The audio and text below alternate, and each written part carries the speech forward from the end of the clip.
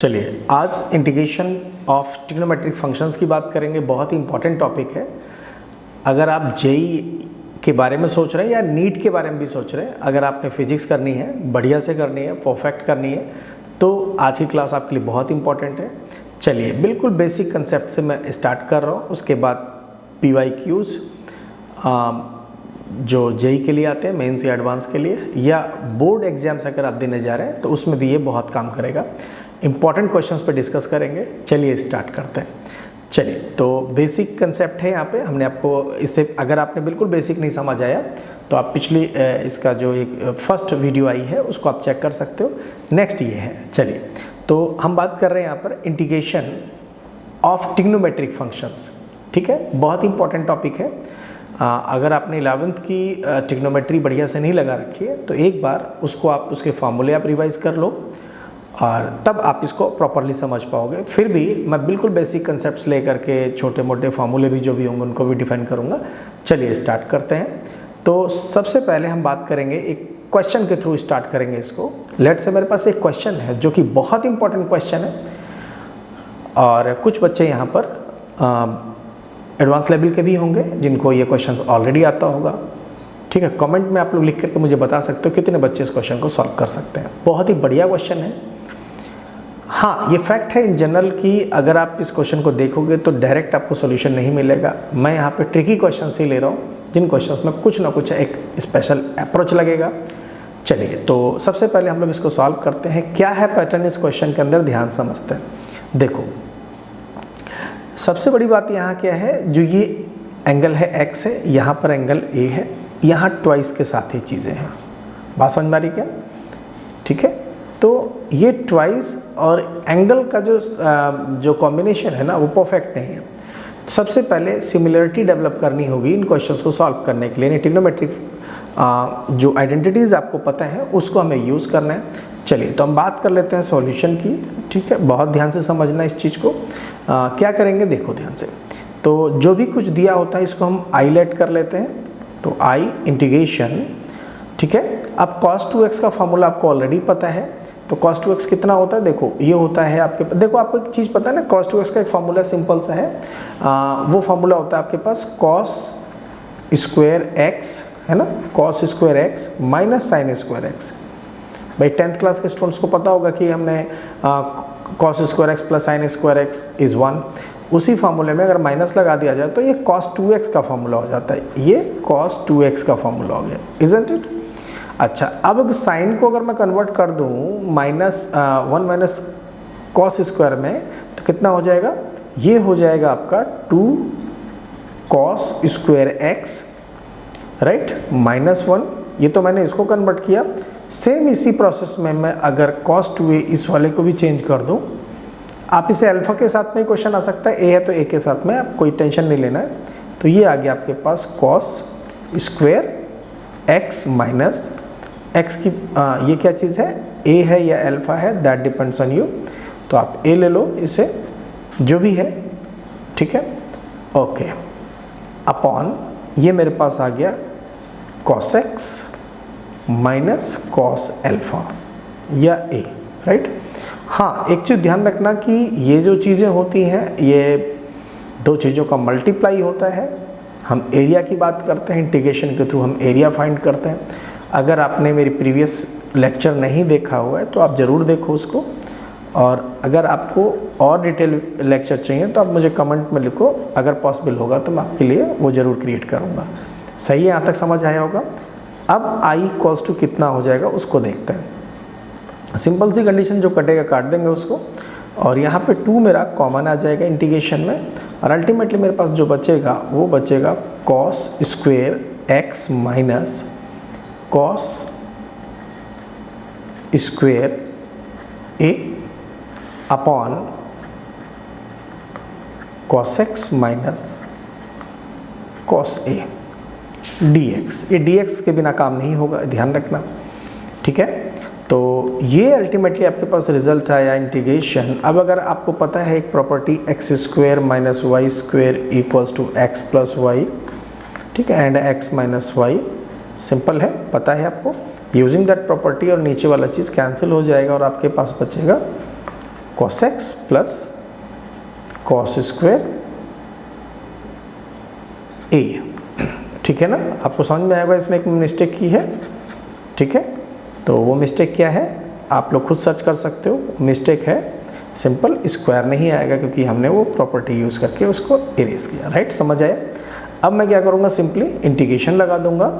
तो ये कितना हो जाएगा, ये हो जाएगा आपका 2 टाइम्स ऑफ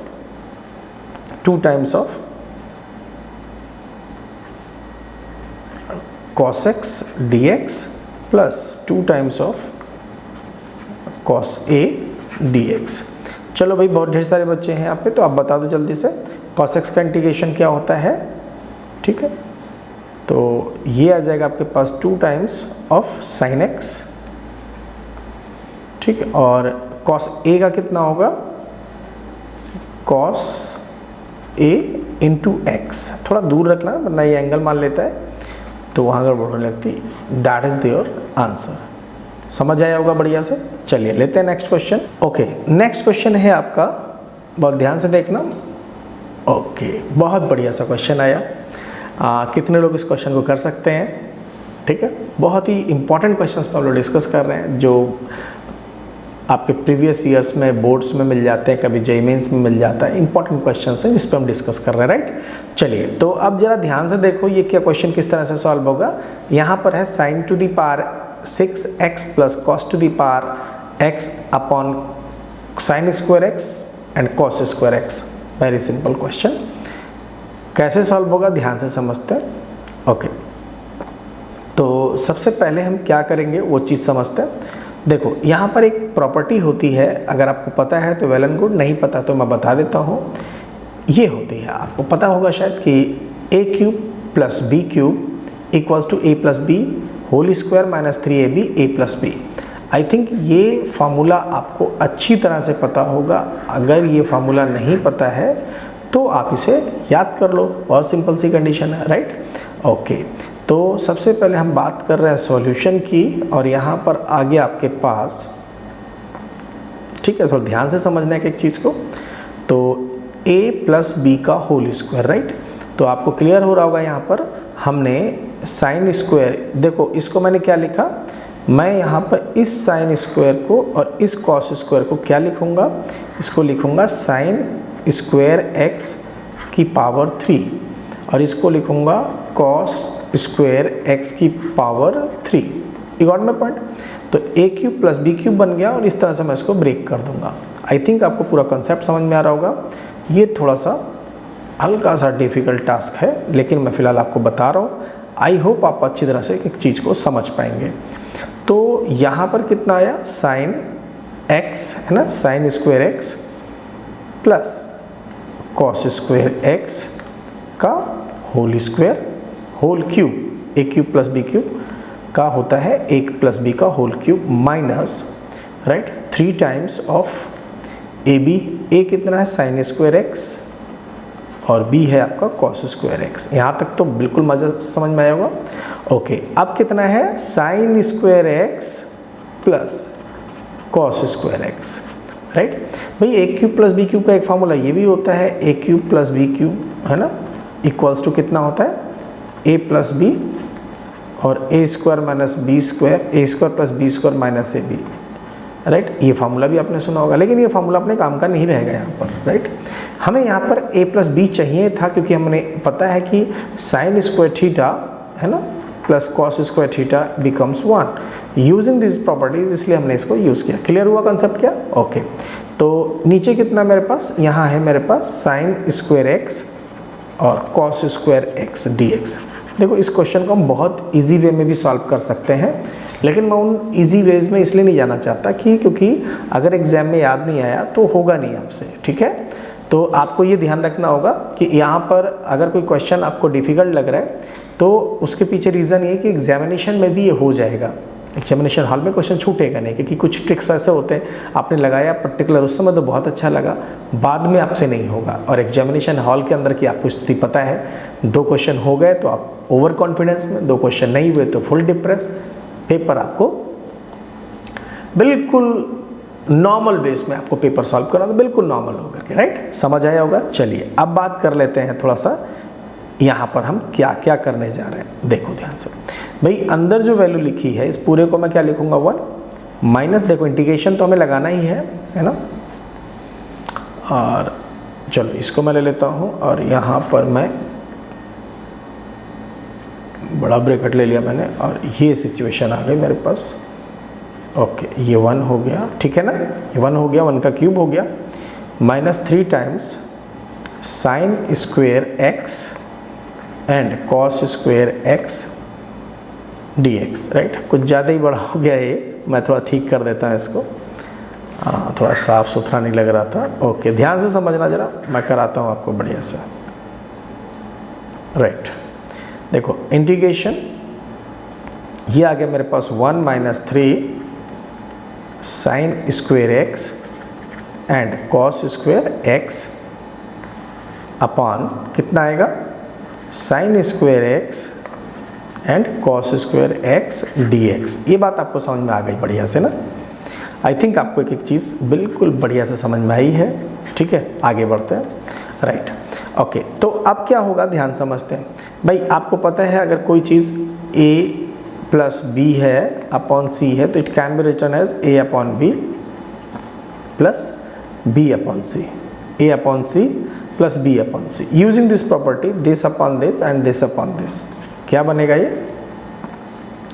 ये हो जाएगा आपका 1 upon sine square x and cos square x हो जाएगा क्या, this upon this, and minus दोनों चीज़ें कैंसिल आउट हो जाएंगे, बचेगा 3 एंड डी एक्स। लेकिन यहाँ पर आपको ये ब्रैकेट लगाना पड़ेगा एंड अल्टीमेटली मैं देखूँ तो ये कितना हो गया, ये हो गया आपके पास कितना हो गया, जस्ट चेक इट आउट, ये हो गया आपके पास, अच्छा 1 can be written as sine square x है ना plus cos square x upon sine square x cos square x D x, और इंटीग्रेशन माइनस में 3 डी एक्स का हो जाएगा आपका। अच्छा देखो यहाँ पे दिस अपॉन दिस अगेन करेंगे तो ये हो जाएगा इंटीग्रेशन सेक स्क्वेयर एक्स है ना और कोसेक स्क्वेयर एक्स, कॉस से कॉस कैंसिल आउट हो जाएगा, cosec square x D x. ये बात समझ में आ गई होगी आपको, कैसे आया मैं बता देता हूँ एक बार, 3x है ना। ओके प्लस c लेके चलो, या आप c1 कर सकते हो या एक साथ हम c लगा देंगे वो बेटर रहेगा। तो अभी आप c का कंसेप्ट ही मत रखो यहाँ पे, क्योंकि एक साथ हम एक आर्बिट्रेरी कांस्टेंट लगाएंगे, उसी से हमारा काम चल जाएगा, इजंट इट। ओके ठीक है, तो ये कैसे हुआ मैं बता देता हूँ। 1 को मैं लिख सकता हूँ sign square x plus cos square x, नीचे दोनों वैल्यूज मल्टीप्लाई में थी, मैंने दोनों को 1 को लिख लिया sign square x upon sine square x cos square x. Sine square से साइन स्क्वायर कैंसिल आउट हो गया, आपके पास 1 अपॉन कॉस स्क्वायर एक्स बचा। कॉस स्क्वायर एक्स 1 अपॉन में जब होगा तो उसको हम लिख सकते हैं सेक स्क्वायर एक्स, ये चीज़ फिनिश हो गया। इसी तरीके से cos square x upon cos square x cancel हो गया सेकंड टर्म में, 1 upon sine square x can be written as cosec square x. Okay तो अब हमारे पास इसको हम इंटीग्रेट जब करेंगे तो sec square x can be written as 10x right minus cot x होता है कोसेक स्क्वायर एक्स का, एंड माइनस 3x प्लस, अब आपको c ऐड कर देना है, दैट्स इट सिंपल। बात समझ में आई क्या, बढ़िया से समझ में आया।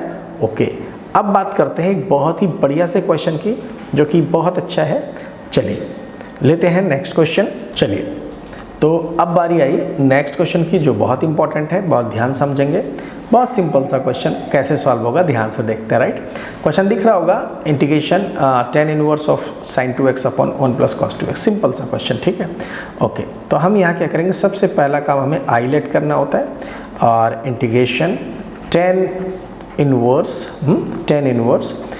ओके तो हम इसको क्या लिखेंगे, sin 2x can be written as 2 sin x cos x upon, है ना भाई। अगर जिसको नेम फार्मूला पता है ठीक है, नहीं पता है तो वो समझ लेगा उस चीज़ को।